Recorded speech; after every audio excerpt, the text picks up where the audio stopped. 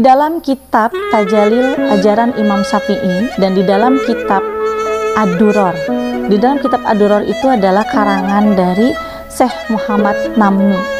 Bahwa di dalam dua kitab tersebut tercantum cara-cara untuk bisa mendapatkan ampunan dari Allah Subhanahu wa taala. Untuk pertama saya akan bahas dulu di dalam kitab Tajalil karangan Imam Syafi'i di bab 28. Di situ semua orang yang berdosa akan mendapatkan ampunan dari Allah. Jadi jangan berputus asa.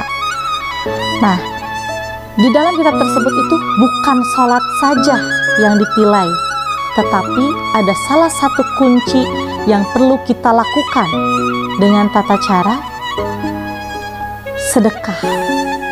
Nah, sedekah itu seperti apa?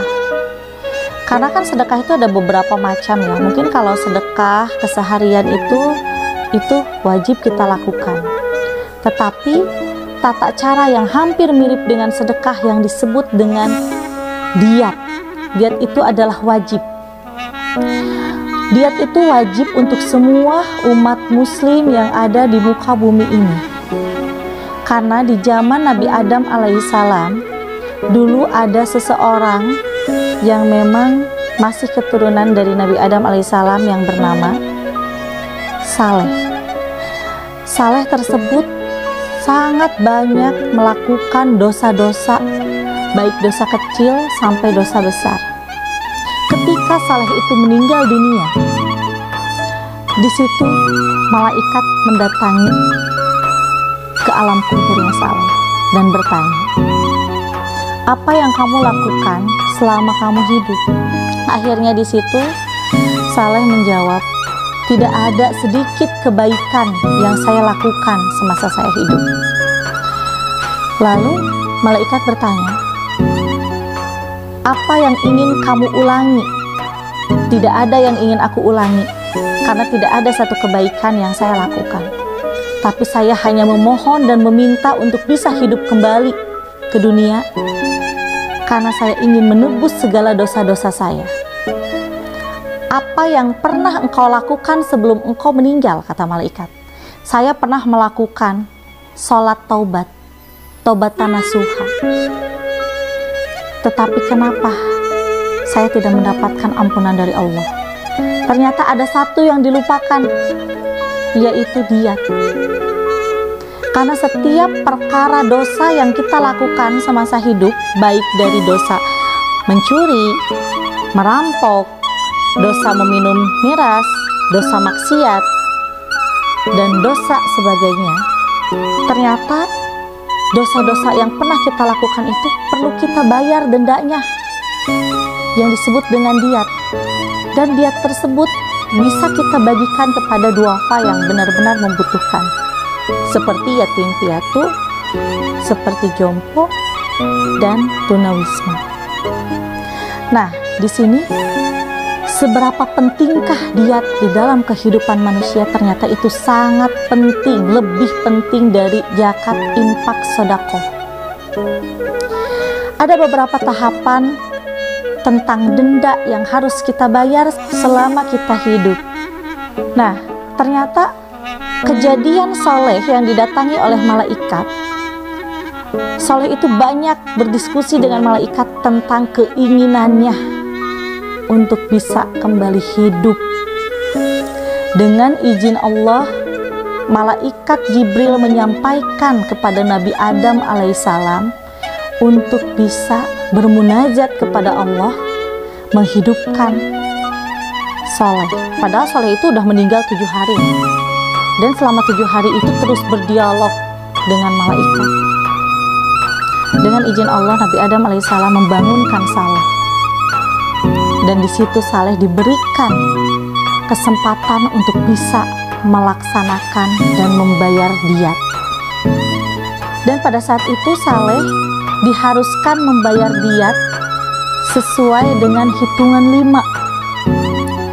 Nah, waktu itu kan sesuai dengan hitungan wetonnya ya, berarti kan hari Minggu. Diat itu bisa kita bayarkan semampunya kita. Bisa dari diat yang paling rendah, yaitu kita wajib membayar, kalau rupiah ya, wajib membayar 500.000. Untuk diat yang sedangnya berarti kita wajib membayar 5 juta. Untuk diat yang besarnya kita bisa membayar 500 juta. Atau berapa sesuai dengan kelipatan 5. Nah, di sini akhirnya pada saat itu Saleh benar-benar rajin beribadah, melaksanakan sholat yang 5 waktu, berpuasa di bulan Ramadan, dan sering mengumpulkan uang untuk bisa membayar kewajibannya yaitu diat. Karena janjinya Saleh kepada malaikat, jikalau saya diberikan kesempatan hidup untuk kembali ke dunia, saya ingin membayar diat saya sampai lunas, karena saya ingin mendapatkan ampunan dari Allah Subhanahu wa Ta'ala. Singkat cerita, 3 tahun terus berlalu, akhirnya Saleh itu benar-benar mempunyai rezeki untuk membayar diatnya. Pada saat itu Saleh benar-benar membayar diat yang paling besar. Walaupun uangnya belum cukup, tetapi dia melakukan dengan membayar diat setiap harinya. Dan ternyata di saat Saleh membayar diat, targetnya Saleh dulu 1 tahun harus lunas membayar diat yang besar itu. Jadi dia setiap hari itu membayar diat kepada 2 pak. Contohnya ya, ada 500.000 sehari, ada 300.000 sehari, kadang juga ada 1 juta sehari. Ternyata fadilah dari kita membayar diat itu 7 jam Allah akan mengampuni dosa kita, dan Allah akan menggugurkan dosa-dosa kita, seperti kita kembali lagi ke fitrah, yaitu kita kembali suci lagi. Luar biasa. Di saat Soleh pada saat itu banyak sekali kesalahan, dan di saat dia diberikan kesempatan hidup untuk membayar diat, semua dosanya diampuni oleh Allah Subhanahu wa Ta'ala. Karena janji Allah di dalam Quran surah Az-Zumar ayat 53, Allah Subhanahu wa Ta'ala akan mengampuni semua orang-orang yang berdosa, walaupun dosa tersebut juga ada syirik, zina, maksiat, dan sebagainya, tetapi dengan satu cara. Walaupun di dalam Quran surah tersebut tidak dicantumkan, tetapi ada di dalam kitab Tajalil ajaran Imam Syafi'i dan di dalam kitab Ad-Durar. Diat wajib yang utama dalam hidup. Kalau kita tidak membayar diat, tidak sempurna tobat kita. Kita membayar diat hari ini contohnya, di dalam 7 jam ke depan kita dikuntit oleh ribuan malaikat, dan malaikat itu menyampaikan kepada Allah Subhanahu wa Ta'ala untuk segera membersihkan dan menggugurkan semua dosa-dosanya. Di situ Saleh menjadi golongan orang yang solihin, orang yang diampuni seluruh dosanya oleh Allah karena dia menepati janjinya untuk membayar diat. Dan singkat cerita, 1 tahun dia lunas membayar diat. Sungguh luar biasa. Kehidupan Saleh menjadi orang yang sangat dihormati, dituakan, dan Saleh menjadi guru semua umat muslim pada masanya. Karena fadilah dari diat, selain dari menggugurkan semua dosa-dosa, diat itu menjadikan diri kita kembali menjadi suci, seperti bayi yang baru dilahirkan. Nah, sahabat IMP, walaupun sahabat IMP sudah tahu dengan apa yang saya sampaikan sesuai yang ada di dalam Quran surat Az-Zumar, kitab Tajalil Imam Syafi'i, dan Ad-Durar, di sini kita tidak boleh menanti-nantikan lagi diat, dan kita pun juga tidak boleh terus melakukan dosa, karena tenanglah, nanti juga kita bisa bayar diat. Jangan pernah ada pikiran seperti itu. Justru dari sekarang dosa kita kurangi dan kita tunaikan diat untuk bisa membersihkan semua dosa-dosa yang pernah kita lakukan, baik yang disengaja ataupun yang tidak disengaja. Kadang kita sebagai manusia itu banyak sekali kesalahan-kesalahan yang lupa. Kadang yang menurut kita benar belum tentu benar di mata Allah Subhanahu wa Ta'ala, tetapi yang menurut manusia salah benar menurut Allah Subhanahu wa taala. Jadi intinya di sini kita tidak boleh saling menyalahkan satu sama lain. Kita tidak boleh menilai jelek kepada siapapun. Sesungguhnya dan sebaik-baiknya yang menilai adalah Allah Subhanahu wa taala. Nah, terus salah satu yang paling utama di dalam diat, jikalau kita benar-benar ikhlas membayar diat tersebut, insya Allah Allah akan memberikan rahmat yang luar biasa terhadap diri kita, dan Allah pun juga akan memberikan ridho yang seridho-ridhonya. Bukankah kita setiap manusia mengharapkan ridho dari Allah Subhanahu wa taala? Lakukanlah dia. Mungkin kalau untuk zakat itu udah jelas 2,5% ya dari penghasilan kita. Infak kita memberikan sedikit rezeki kita ataupun banyak untuk masjid. Sedekah itu keseharian, kesadaran kita, keikhlasan kita. Mungkin kalau sedekah itu bisa kita memberikan dengan nominal ataupun juga dengan harta benda. Sedekah itu banyak, ada dengan sandang, pangan, materi, dan sebagainya. Tetapi kalau dia tidak bisa dengan yang lain, hanya satu. Kalau di zaman dulu itu dengan dinar yang diberikan kepada kaum duafa. Kalau di zaman sekarang dengan nominal uang sesuai hari lahir kita. Sebenarnya diat itu banyak ya, ada diat pembunuhan, ada diat menggugurkan kandungan. Nah, untuk orang yang menggugurkan kandungan wajib membayar diat sebanyak 45 dinar. Berarti kalau dihitungkan dengan rupiah itu sangat banyak ya. Terus kalau untuk diat pembunuhan itu harus bisa membayar dengan 1000 keping emas pada zaman dulu. Berarti kalau di zaman sekarang sudah tidak terhitung nilainya. Kalau untuk diat menggugurkan semua dosa-dosa malah lebih ringan, yaitu dengan hitungan weton saja. Sungguh luar biasa. Di samping kita akan mendapatkan rahmat dan ridhonya dari Allah Subhanahu wa taala.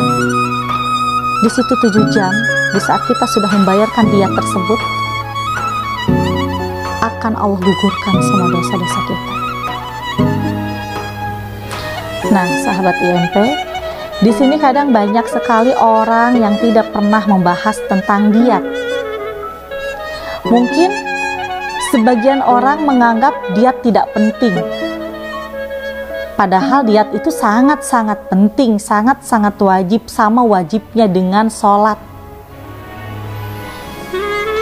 Nah, lalu apa yang akan dipertanyakan di akhirat nanti? Apakah sholatnya? Apakah akhlaknya? Apakah tingkah lakunya? Sebenarnya kalau di dalam kitab Ad-Durar, bukan sholat yang ditanya. Karena kalau sholat itu sudah benar-benar keikhlasan dari kita. Mampu tidak kitanya untuk melaksanakan sholat yang 5 waktu? Terus untuk akhlak, mampu kita tidak? Mampu nggak kita merubahnya dari akhlak buruk menjadi akhlak baik? Dari tingkah laku, mampu nggak kita mengerem untuk kejelekan demi untuk mencapai kebaikan? Tetapi kalau untuk diat, baik kita mampu ataupun tidak mampu, kita harus mengusahakan dan berusaha.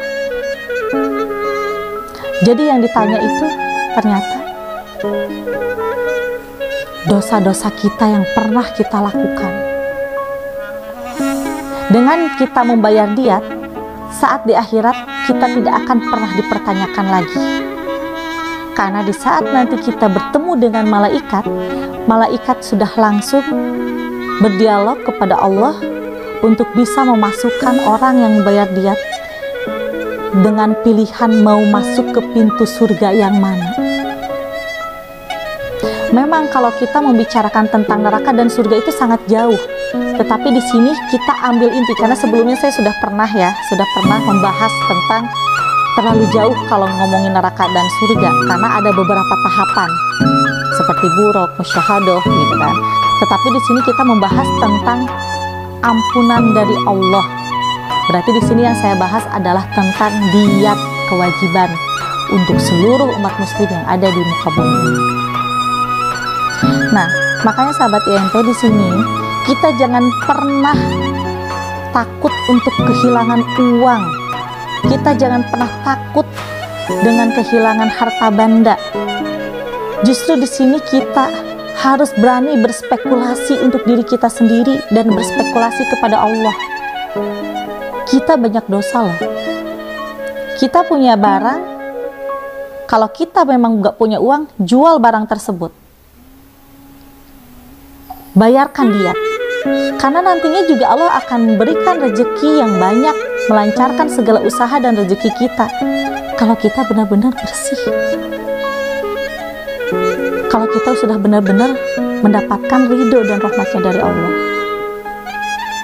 Tetapi jangan sekali-sekali lagi kita berbuat dosa. Walaupun kadang kita lupa. Terus aja kita lupa melakukan dosa. Terus saja kita lupa melakukan dosa. Nah, di situ kita harus bisa punya rem. Pasti dong kita ingat ya, kalau misalnya kita sudah melakukan dosa, ya Allah, saya lupa. Tadi saya melakukan dosa seperti ini. Segera, di samping sholat taubat, kita segera membayar dia. Karena kan diet itu nggak seharusnya harus langsung bro gitu kan, dibagikan, enggak. Kita harus punya target. Kita mau ngambil nih diet yang paling besar karena kita sudah banyak melakukan kesalahan dan dosa-dosa. Berarti di situ kita harus punya target. Wah, dalam jangka waktu 3 tahun ini nih, saya harus selesai membayar diet. Berarti tiap hari ada uang berapapun kita bayarkan kepada duafa. Seandainya umur kita tidak nyampai ke dalam waktu yang ditargetkan untuk membayar diet, Allah akan menghapus semua dosa-dosa kita karena sudah niat kita untuk membayar diet, dan di setiap harinya kita selalu mengeluarkan diet tersebut. Berarti di saat umur kita di pertengahan jalan Allah ambil, di situ dianggap lunas diet kita.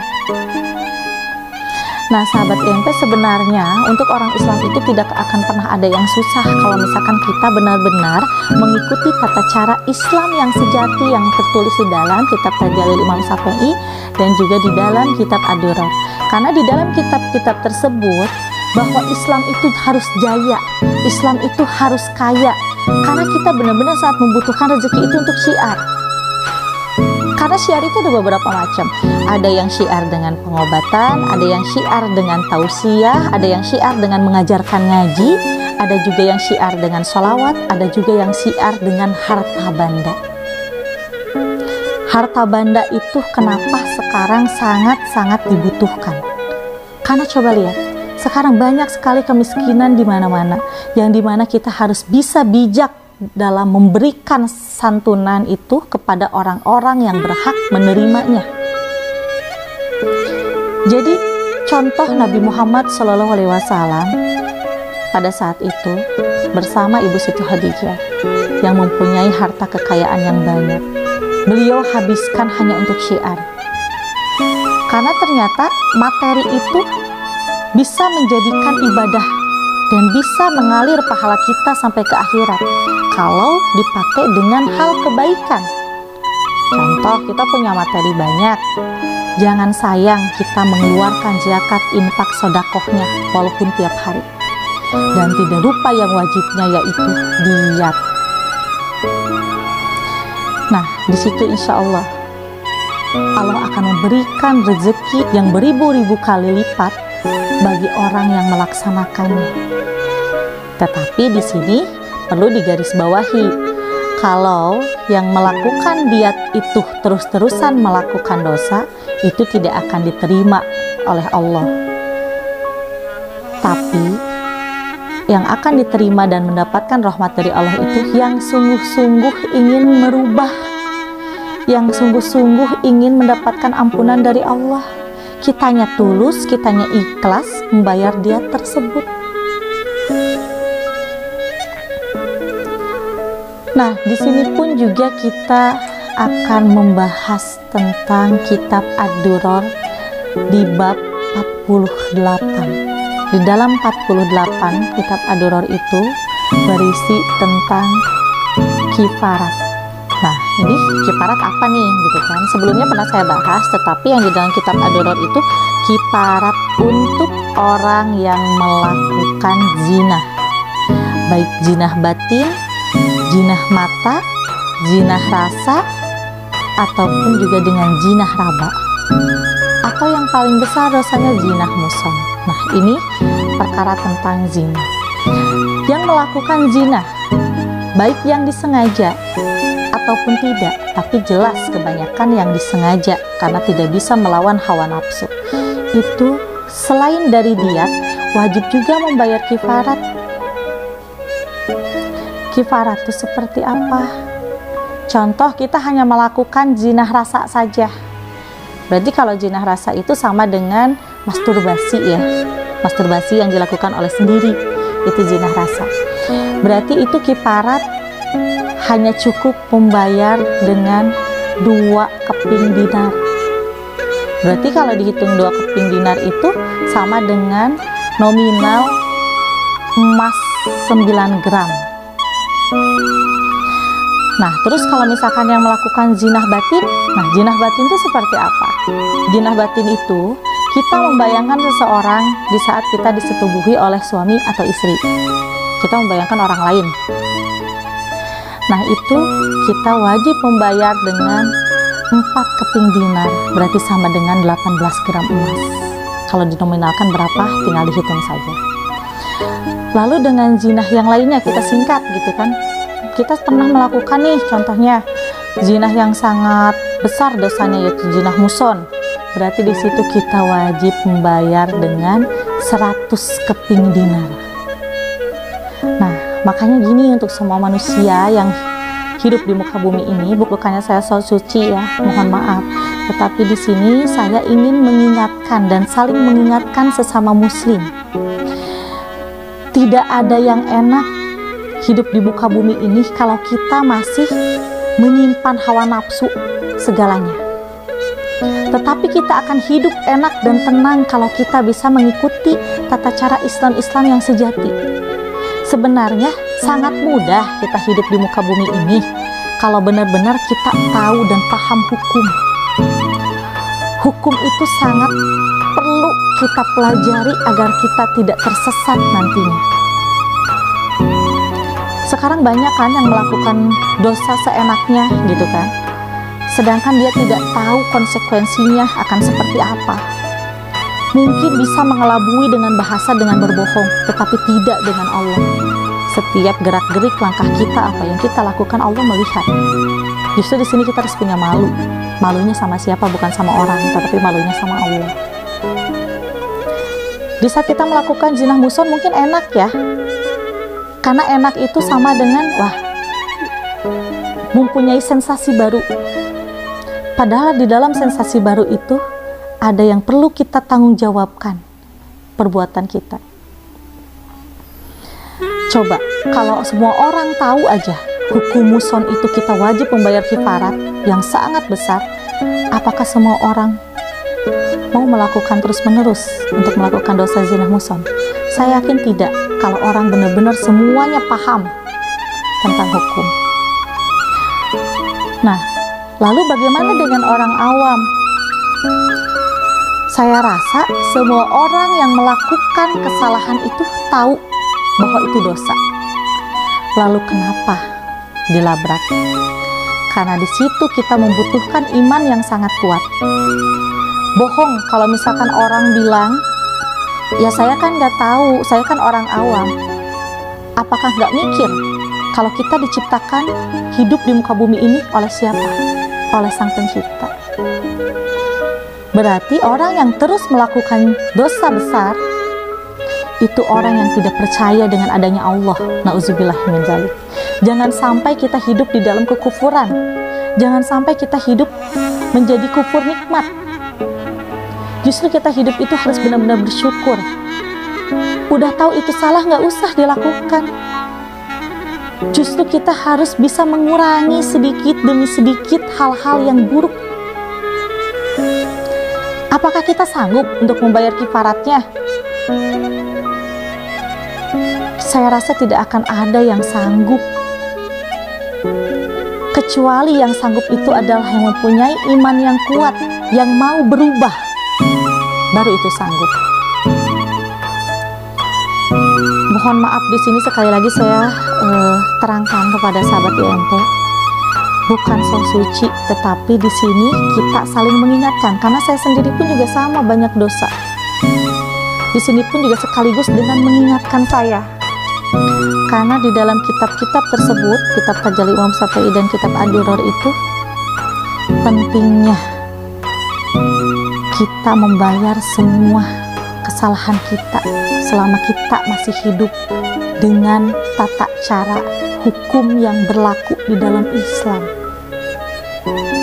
Kan di dalam fikih juga ada fikih karbiyah ya. Fikih karbiyah itu tidak jauh beda dengan kitab Tajalli dan kitab Ad-Durrar, yang dimana apa yang kita lakukan itu pasti ada sanksi. Sanksinya dengan apa? Mungkin kalau di hukum sekarang, di hukum negara ini, kalau kita melakukan kesalahan, kita wajib membayar denda, gitu kan. Kita wajib untuk dihukum. Tetapi kalau di dalam hukum karbiyah dan di dalam kitab Tajalli dan Ad-Durrar, kita wajib membayar kifarat. Jadi kifarat itu nggak jauh beda dengan denda. Nah, wahai orang-orang yang beriman, hadis Rasulullah SAW pernah bersabda bahwa jangan pernah berputus asa untuk orang-orang yang sudah melakukan dosa. Sesungguhnya Allah Maha Baik, Allah Maha Penyayang. Allah akan mengampuni semua dosa-dosa makhluknya, asalkan kita ya benar-benar melakukan tata cara hukum-hukum yang baik yang tertera di dalam kitab-kitab, yang memang kita melakukan Islam yang sejati. Insya Allah kalau kita melakukan tata cara tersebut, kita hanya takut satu kepada Allah Subhanahu wa Ta'ala. Tidak akan pernah ada yang bisa kita segani selain dari Allah. Makanya kalau banyak orang yang bilang, wah Allah tuh nggak ada gitu kan, buat apalah yakin-yakin sama Allah. Buktinya kita masih begini, keyakinan utama. Kalau kita nggak yakin, pasti akan goyah hati dan pikiran kita dan gampang terbawa arus dengan hal-hal yang buruk. Tapi kalau kita benar-benar yakin dengan adanya Allah, tidak akan terjadi hal buruk ke dalam diri kita. Karena di situ kita yakin ada Allah, berarti kita melangkah pun juga takut. Karena kita akan merasa Allah terus melihat, dan nyatanya memang benar, Allah Maha melihat segalanya. Jadi sedikit aja kita mengelabui, baik kepada saudara, baik kepada orang lain, baik kepada orang tua atau kepada pasangan, di situ Allah akan mencabut rahmatnya. Na'udzubillah min dzalik. Orang yang sudah tidak diberikan rahmat oleh Allah akan selalu rumit di dalam hati dan pikirannya, dan akan selalu terbawa pikirannya ke dalam hal-hal buruk, karena setan menguasai semua anggota tubuhnya. Makanya di sini mari kita sama-sama memohon ampunan kepada Allah SWT agar kita senantiasa diberikan ampunan oleh Allah dan diberikan rahmat dan ridhonya dari Allah SWT. Ya sahabat MP, mungkin penjelasan dari saya cukup sekian. Insya Allah kedepannya saya akan membahas lagi tema yang menarik lainnya. Saya pamit undur diri. Wassalamualaikum warahmatullahi wabarakatuh.